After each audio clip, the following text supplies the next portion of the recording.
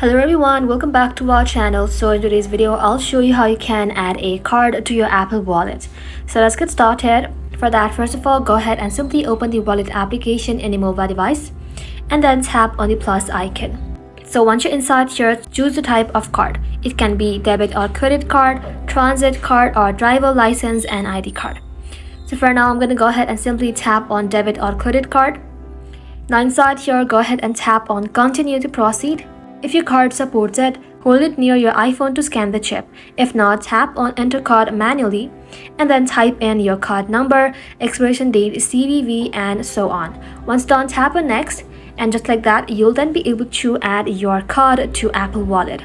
The next method you can try is heading back to your home screen, open up your settings application, scroll all the way to the bottom, then tap on Wallet and Apple Pay.